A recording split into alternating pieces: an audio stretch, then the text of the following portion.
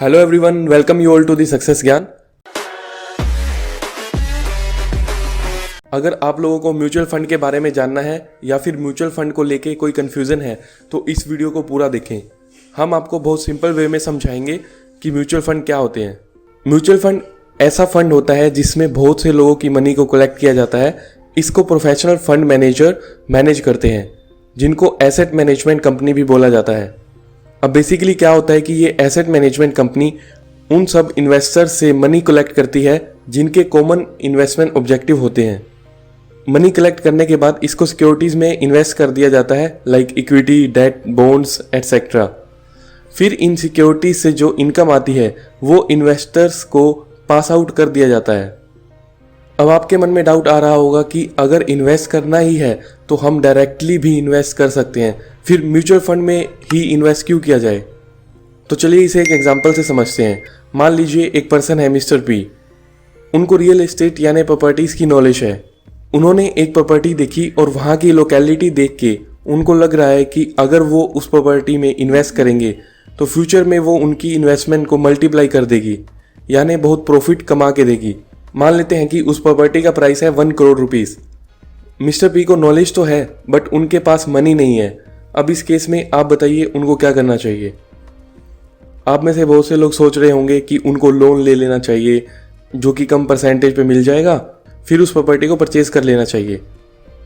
इस केस में लोन तो लिया जा सकता है बट अगर उस प्रॉपर्टी का प्राइस कल को इंक्रीज नहीं हुआ तब उस केस में वो क्या करेंगे, कहाँ से लाएंगे इतनी अमाउंट। हालांकि अपनी नॉलेज के हिसाब से वो 90% श्योर हैं कि उस प्रॉपर्टी के प्राइस हाइक होने हैं, बट 10% तो चांसेस है ना कि क्या पता प्राइस हाइक ना भी हो। यहाँ पे उन्होंने एक आइडिया लगाया कि ऐसा करता हूँ, मेरे फ्रेंड्स को बोलता हूँ, उनके पास मनी है, मेरे पास नॉलेज है। तो अब उन्होंने ये आइडिया अपने फ्रेंड्स को बताया। उन्होंने बताया 90% चांस है कि हम प्रॉफिट में रहेंगे बट 10% चांसेस हैं कि लॉस भी हो सकता है। उनके फ्रेंड्स में से 5 लोगों को ये आइडिया सही लगा और वो मान गए 20-20 लाख रुपीस देने के लिए, जिससे वो प्रॉपर्टी बाय की जा सके।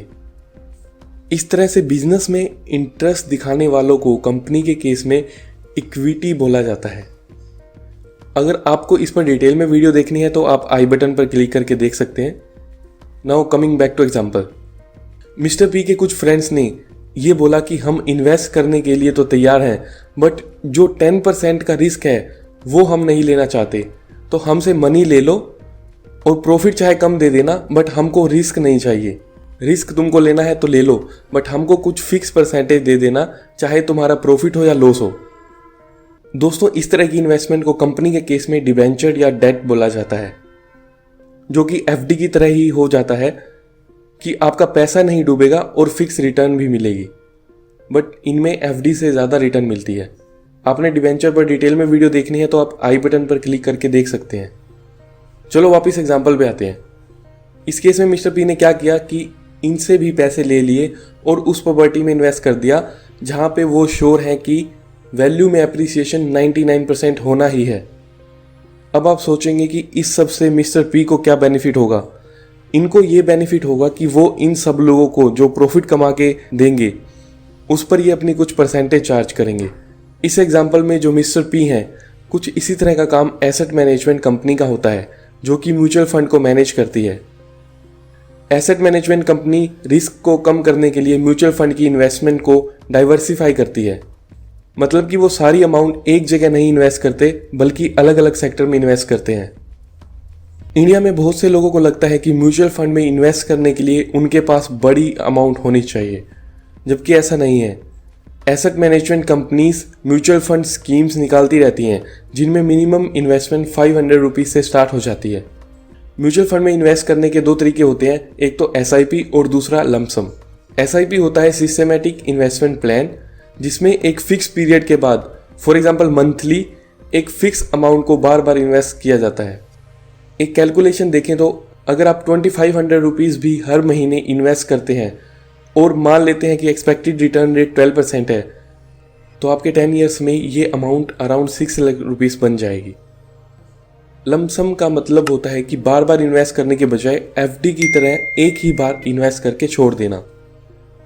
तो फ्रेंड्स, इस वीडियो में हमने डिस्कस किया म्यूचुअल फंड के बारे में। आई होप कि इस वीडियो के थ्रू आपको म्यूचुअल फंड के बारे में समझ आ गई होगी।